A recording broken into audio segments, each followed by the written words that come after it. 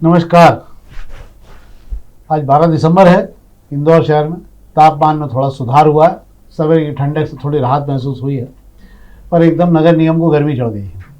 नगर निगम ने जिन जिन पर बकाया वसूली बाकी थी उन सब के नाम राजवाड़े पर टांगना शुरू कर दिए हैं। जिन लोगों से टैक्स के पैसे लेने, संपत्ति कर वगैरह, और ये सब 1-1, 2-2 लाख रुपए से ऊपर वाले, मतलब ये वो लोग हैं जो टैक्स भरने की श्रद्धा ही नहीं रख रहे हैं।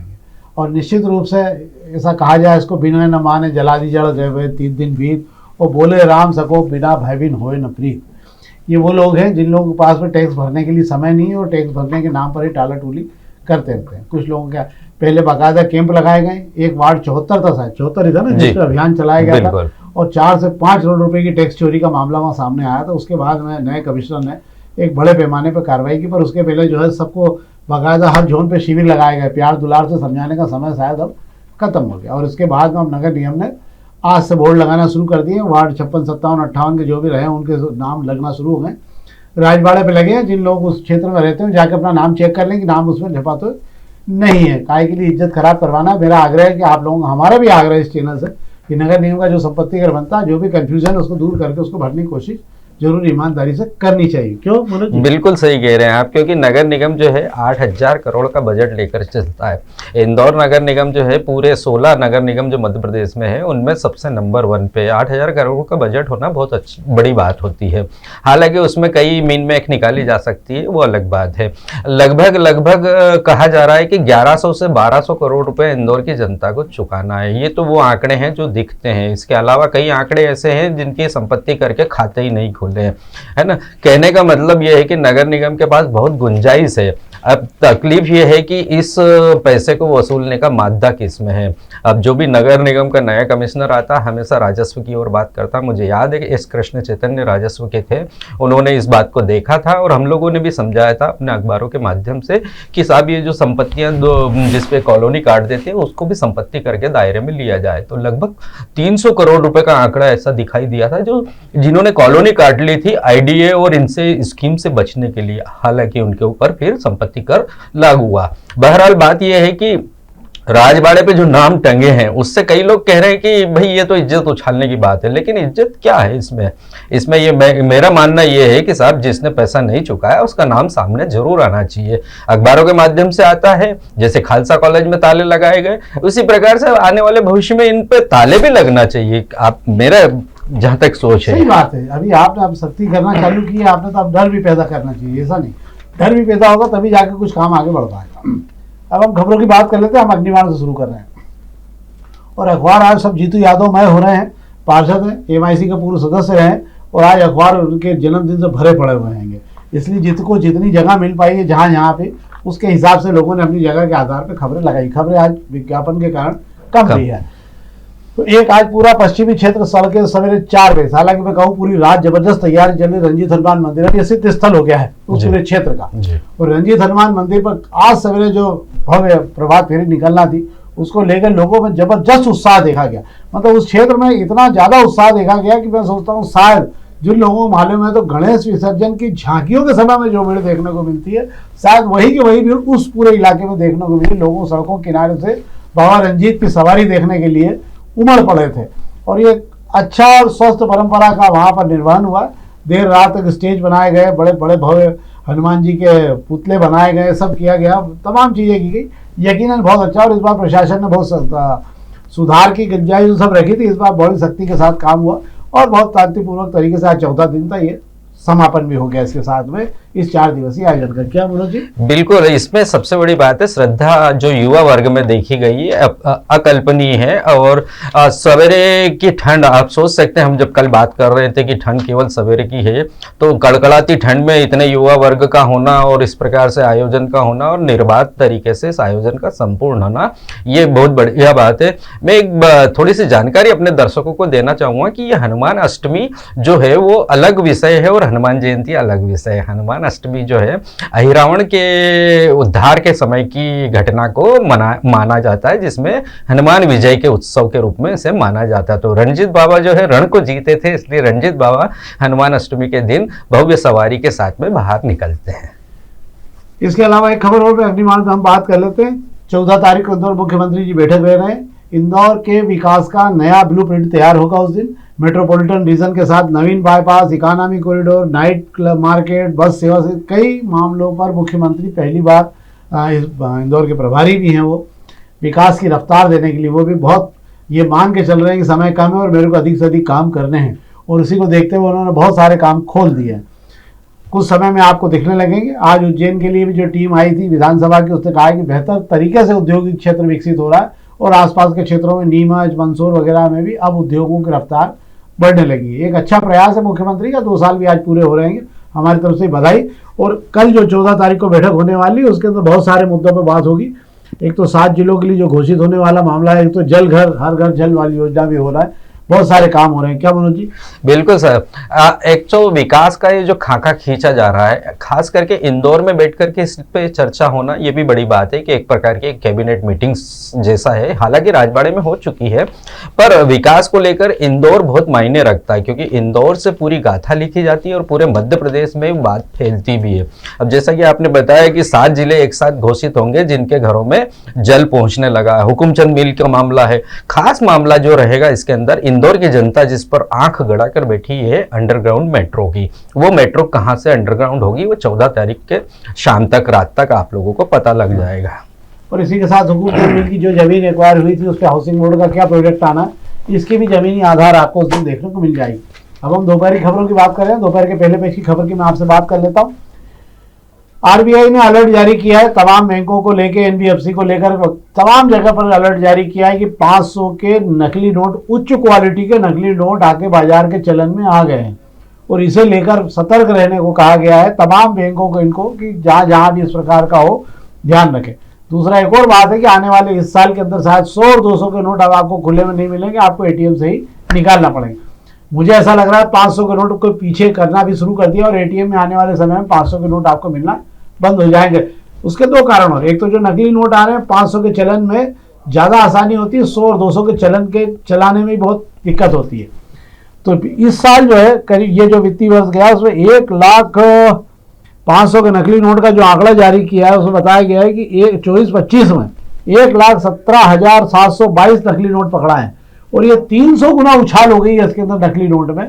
इसलिए आरबीआई को अलर्ट जारी करना पड़ा और सरकार भी जो है, सरकार ने भी इसको लेकर विशेष रूप से अलर्ट जारी किया है कि 500 के नोट उच्च क्वालिटी के, संभवतः तो आपको याद होगा शायद पाकिस्तान और धुरंधर फिल्म में भी आपने देखा होगा कि नोट की छपाई किस प्रकार से पाकिस्तान से होती है।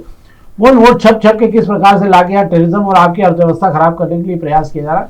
तो बल्क मात्रा में नोट जो है अब तेजी से पकड़ा रहे हैं, जो नेपाल के रास्ते से आ रहे हैं उसको रोकने का एक बड़ा अभियान चालू किया गया। इसके अलावा 13% के लगभग 200 के नोट भी पकड़ा है और 51,000 पीस जो है 100 के नोट के पकड़ा है, तो वो चलन में उतरे नहीं चल पाए। क्या मनोज जी? बिल्कुल सही बात है। आप ये मान के चलिए कि नोट की प्रिंटिंग जो है बड़ी आसान हो गई है। आसान इसलिए हो गई है कि ये आजकल तो ये जो YouTube पे उस पर भी बताया जाता है कि कैसा प्रिंटर लेना है, कैसी स्याही लेनी है और कैसे उसके अंदर रिबन डालनी है। बहरहाल हम बात कर रहे हैं कि 2016 में अब इसी कारण से कहा जा रहा है कि इसी कारण से हमारे यहाँ पर नोट बंद हुए थे। कारण ये था कि पाकिस्तान और भारत को जो कागज मिलता था जिस कंपनी से, लगभग 1 पॉइंट का अंतर था, इसलिए पाकिस्तान वो नोट को छाप देता था और यहाँ पता नहीं चलता था। लेकिन अब हमारी सरकार ने नई कंपनी से काम किया है तो कहा यह जा रहा था कि अब ये सिक्योर्ड कागज है, लेकिन उसके बावजूद भी ये हो रहा है तो कहीं ना कोई खामी है। हालांकि बताया जा रहा है कि बांग्लादेश और नेपाल के थ्रू ये नोट आ रहे हैं कहाँ? इंदौर में बन रहे हैं साहब, अरविंदो के सामने प्रिंटर पकड़ाया, 10 लाख के नगद नोट पकड़ाए, अभी 8 दिन पहले की बात है। तो आने वाली बात तो छोड़िए, यहाँ भी बन रहे हैं। तो नकली नोटों से आप सावधान रहिए। आने वाले भविष्य में हर नोट को देखिए और जागरूक रह करके इसको काम को कीजिए, क्योंकि आने वाले भविष्य में ऐसा लग रहा है मुझे कि 500 का नोट भी शायद प्रचलन से बाहर हो जाएगा। एक और खबर है, हम दोपहर की खबरों की बात कर रहे हैं। दोपहर की एक और खबर बात कर लें। आपको याद होगा शायद लगभग 25 साल पहले बाबूलाल जी गौर के कार्यकाल में मध्य प्रदेश राज्य परिवहन में ताले लगा दिए गए थे और उसको वाइंड अप कर दिया गया था। अब एक बार फिर 2 दशक बाद अप्रैल से नई बसें वापस नए सिरे से कंपनी खड़ी की जा रही है और नई बसें चालू की जाएगी। सबसे पहले इंदौर से शुरू किया जा रहा है अभियान अप्रैल से, और इंदौर के 50 किलोमीटर के दायरे में सरकारी बसें आपको दौड़ती हुई दिखेगी, सब एक कलर की होंगी। उसको लेकर अप्रैल से तैयारी शुरू की गई है। इस दौर के बाद में फिर मैंने कहा कोई बात शुरू होती है तो उज्जैन तक जाती है, बात निकलेगी तो दूर तक जाएगी और उसके बाद उज्जैन से चालू होगी बसें, उसके बाद भी पूरे प्रदेश भर में ये बसें चलना चालू हो जाएगी। क्या मनोज जी? मेरा ये मानना है कि बंद क्यों हुई थी, पहला प्रश्न ये होता है क्योंकि कुप्रबंधन, हमारे यहाँ कुप्रबंधन की बड़ी स्थिति खराब है। ये अपने दैनिक दोपहर के आगे ही एक मध्य प्रदेश सरकार राज्य परिवहन का क्षेत्रीय कार्यालय कैसा कंडम हालत में है, संपत्तियां खूब परिवहन निगम के पास। इंदौर में AICTSL का प्रयोग हुआ है, 7 करोड़ रुपए सालाना के घाटे में चल रही है। कुप्रबंधन, जब हम एक सिटी के अंदर की बसों को नहीं चला पा रहे तो प्रदेश की बसों को कैसे चलाएंगे, ये मेरा प्रश्न है साहब। इसमें एक और चीज मैं आपको बता देता हूँ, APSRTC क्यों डूबा था। हरियाणा में जो बसें चलती थी उसमें एक बस में 4 से ज्यादा लोग नहीं पलते थे, 4 से ज्यादा लोग। पंजाब में जो चलती थी उसमें एक बस में 5 के लगभग लोग थे। हिमाचल में जो बसें चल रही एक बस में 3 लोग, ड्राइवर कंडक्टर के अलावा 3 लोग और भी जो उसमें लोड होते थे। मतलब ये एवरेज ये निकाला जाता है तो इससे ज्यादा लोड है। पर मध्य प्रदेश में राज्य परिवहन निगम में आपको नहीं मालूम होगा शायद कि एक बस पे 17 लोग जो है चढ़े हुए थे। बताइए, तो 17 लोगों में सब IAS अधिकारी से लेकर तमाम लोग, तो एक बस कितना लोड उठाएगी, फिर बिना टिकट की बस चलेगी वो तो। चलो एक और खबर पर हम बात कर लेते हैं।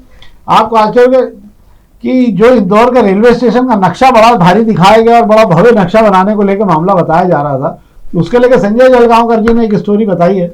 और नागेश नाम जोशी जो रेल के बड़े सलाहकार भी और रेल के बारे में बड़ी जानकारी रखते हैं, उन्होंने एक नई बड़ी विचित्र जानकारी दी। उन्होंने बताया कि ये जो रेलवे की बिल्डिंग आप देख रहे हैं उसको बड़ा भव्य रूप से दिखाया जा रहा है कि ऐसी ऐसी बिल्डिंग बनेगी, ये कोई डिजाइन नहीं करवाई है, ये गूगल से चुराई गई है। और अफ्रीका में किसी जगह पर ये जो बिल्डिंग बनी हुई थी उसको वैसी वैसी वहां से उठा के यहाँ थोप दी गई है। एक और मजेदार बात यह कि इसके बन जाने से आपके प्लेटफॉर्म नहीं बढ़ रहे, प्लेटफॉर्म वैसे के वैसे ही, और इसमें पार्सल घर भी गायब हो गया है क्योंकि वहां से जैसी डिजाइन उठाई थी यहाँ लाके थोप दिए।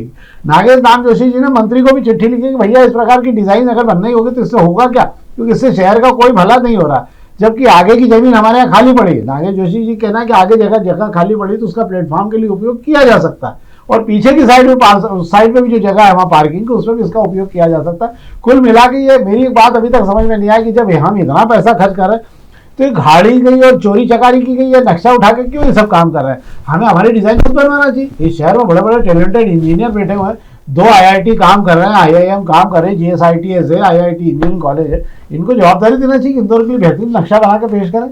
बिल्कुल, संजय जी की ये खबर बहुत ही रोचक और बड़ी जानकारी वर्धक है और हमारे आंखों को खोलने वाली है। ऐसा का ऐसे ही मामला बाणगंगा के वहां पर जो एक नया ब्रिज बन रहा है गौरीनगर वाला, उसका भी डिजाइन ऊपर से उठा के डाल दिया गया है। उस पर भी बहस हुई थी और मंत्री जी ने, कैलाश विजयवर्गीय ने अच्छी खासी झाड़ लगाई थी, झाड़ा था कि ये 90 डिग्री का एंगल कैसे घुमाएंगे। और जी बेचारे करेंगे, झाड़ी लगा सकते हैं, झाड़ी लगा रहे हैं शहर में, क्योंकि झाड़ तो सकते नहीं तो झाड़ी लगा साले, क्या दिक्कत, एक काम झाड़ लगा चुके हैं और भी आगे लगाते रहेंगे। वैसा भोपाल का नक्शा भी गूगल से उठाया गया था, इंदौर का नक्शा। तो यहाँ सब ठीक है। एक पत्रिका की बात संक्षेप में जानकारी देता हूँ आपको, तो छोटी छोटी खबरें। विधायक सुरक्षा अनुदान का जो मामला होता है उसमें सबसे आगे गोलू शुक्ला है। गोलू पंडित जी ने खूब मदद की है, बिल्कुल आंख बूझ के लोगों की मदद के लिए दरवाजे खोल रखे उन्होंने। अभी बेटे की शादी थी कल, भव्य रूप से बड़ा विराट कार्यक्रम किया गया, तो बड़ी तादाद में लोग पहुंचे थे वहां पे। तो गोलू शुक्ला जी ने जो उनके 8 महीने में जो है 854 लोगों को जो आर्थिक सहायता दी, 60 लाख रुपए ज्यादा बांट चुके। दूसरे नंबर पे कैलाश जी हैं, 777 लोगों को मदद दी, 45 लाख रुपए बांट चुके। महेंद्र अडिया के दरवाजे खुले ही रहते हैं, उनके यहाँ तो कोई भी कभी भी जाकर चिट्ठी लिखा ले। 702 लोगों को मदद की गई है। इस बार जो है ज्यादा दयालु मतलब रमेश बिंदोला पिछड़ गए, 218 लोगों को मदद की है। तुलसीराम सिलावट ने मदद की, रोते गाते पर 155 लोगों की मदद कर पाएंगे। वो खुद की मदद नहीं कर पाते, दूसरों की मदद क्या करेंगे वो। दादा दयालु तो अपने जेब से ही कर देते, तो आप सरकार की जरूरत क्या है। हालांकि मैं एक बात बोलूं, 75 लाख रुपया मिलता है इनको और मंत्री पर को 1-1 करोड़ एक्स्ट्रा मिलता है, यानी कि तुलसीराम जी सिलावट जी चाहे तो काफी कुछ बांट सकते हैं और कैलाश जी पे चाहे तो और बांट सकते हैं, क्योंकि तुलसी सिलावट जी का खुद की पेट नहीं भर पाता बेचारों को, दूसरों को क्या मदद करेंगे। एक खबर पर हम बात कर रहे हैं प्रभात खबर, क्योंकि आज विज्ञापनों के कारण खबरें बहुत कम थी, हमने आपको चुनिंदा खबरें बता दी। संक्षेप में जानकारी देते हैं।